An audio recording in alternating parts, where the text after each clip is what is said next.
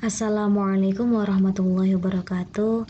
Kembali lagi dalam pembelajaran matematika bersama saya, Rida. Dalam video kali ini akan saya jelaskan mengenai induksi matematika, tepatnya yaitu pengenalan notasi sigma.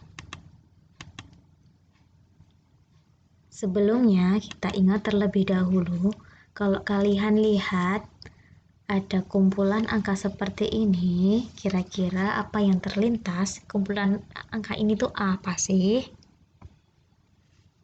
Kelipatan 2 bisa jadi, atau dia merupakan deret. Karena apa? Ya, karena dia ada sebuah keteraturan. Di sini dia jaraknya 2, di sini jaraknya 2, di sini jaraknya 2, dan seterusnya. Jadi dia merupakan sebuah deret, yaitu dengan duanya tadi merupakan apa? Beda. Jadi dia termasuk deret apa? Aritmatika. Kemudian yang pertama, yang paling depan di sini disebut dengan suku pertama. Suku paling depan nih, suku pertama disebut dengan U1. Kemudian yang belakangnya yang nomor 2 ini U2 dan seterusnya hingga yang ke N ini disebut dengan UN. Kemudian kalau deretnya saya kasih operasi tambah. Jadi U1 ditambahkan U2 dan seterusnya, dia merupakan, kalau dulu SMP dikenal dengan SN. S itu adalah kependekan dari sum, artinya adalah sum itu dalam bahasa Inggris, bahasa Indonesianya adalah jumlah. Jadi SN adalah penjumlahan sebuah deret mulai dari U1 hingga UN. Kemudian kalau N-nya saya ganti dengan 2, maka penjumlahan mulai dari U1 hingga U2. Jadi U1 tambah U2. U1 berapa? 2 tambah 4. Terus 6-nya boleh enggak? Tidak, karena di sini adalah S2. Kemudian kalau S3 yaitu penjumlahan antara U1 tambah U2 dan U3. U1, U2, dan U3. Jadi 2 tambah 4 tambah 6. Kalau saya mau nambahkan U1 sampai U5 berarti namanya apa? Iya, namanya adalah S5. Jadi S1 itu cuma 2, kemudian S2 itu yang ditambahkan depan sama nomor 2. Kalau S3 yaitu depan kedua sampai yang ketiga dan seterusnya. Jadi di sini itu simbolnya untuk yang terakhir apa? Oh, ini terakhir yaitu suku yang kedua. Kemudian ini apa? Terakhir yang suku yang ketiga. Ya, seperti itu. Ini 4 berarti yang terakhir yang dijumlahkan yaitu suku yang keempat. Kemudian kita akan mengenal mengenai notasi sigma.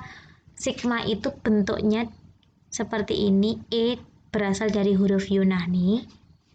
Kemudian apa itu sigma? Nah, kalau tadi SN itu dijumlahkan dari, kalau SN yaitu penjumlahannya dari selalu paling depan.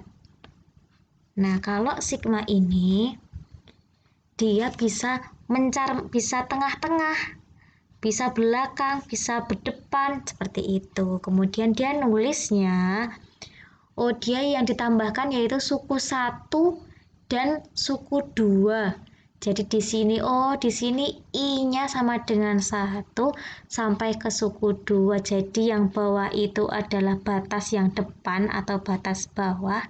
Kemudian yang atas itu adalah batas kanan, yaitu paling besarnya keberapa. Kemudian kalau yang saya tambahkan itu, kalau di sini tulisannya sigma. Oke, yang ini dulu dibaca. Ini bacanya adalah sigma I sama dengan 1 sampai 2 UI.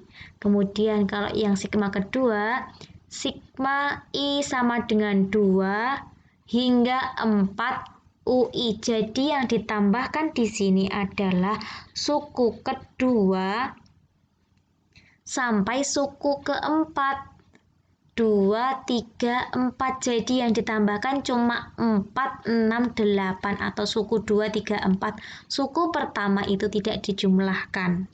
Jadi kalau sigma itu bisa ngambil tengah-tengahnya saja.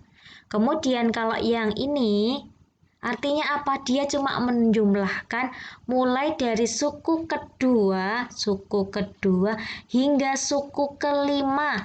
Berarti di sini kelima. Berarti suku kedua 3, 4, 5. Suku ke-6, 7, 8 tidak. Kemudian suku pertama juga tidak. Yang dijumlahkan cuma mulai dari 2 hingga 5. UI-nya apa, Bu?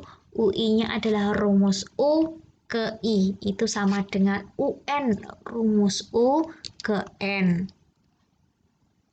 Jadi bedanya apa? S sama sigma.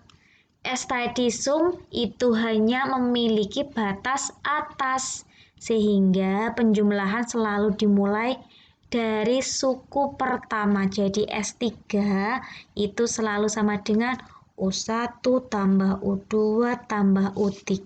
S5 itu berarti batas atasnya adalah 5. Jadi sama dengan U1 tambah U2 tambah U3 tambah U4 tambah U5. Kalau S17 itu batas atasnya 17 yaitu U1 dan seterusnya sampai U17. Kemudian kalau sigma memiliki batas atas dan batas bawah. Jadi batas bawahnya adalah 4, suku keempat, batas atasnya adalah suku ke-5. Jadi suku ketiga tidak, suku kedua juga tidak, suku ke-6, 7, 8 juga tidak. Batasnya adalah 4 dan 5. Jadi apakah boleh diganti-ganti? Tergantung yang buat soal. Ini bisa jadi 1 sampai 5, bisa 11 sampai 17. Itu suka-suka. Oke, silakan melihat contoh soal di video selanjutnya.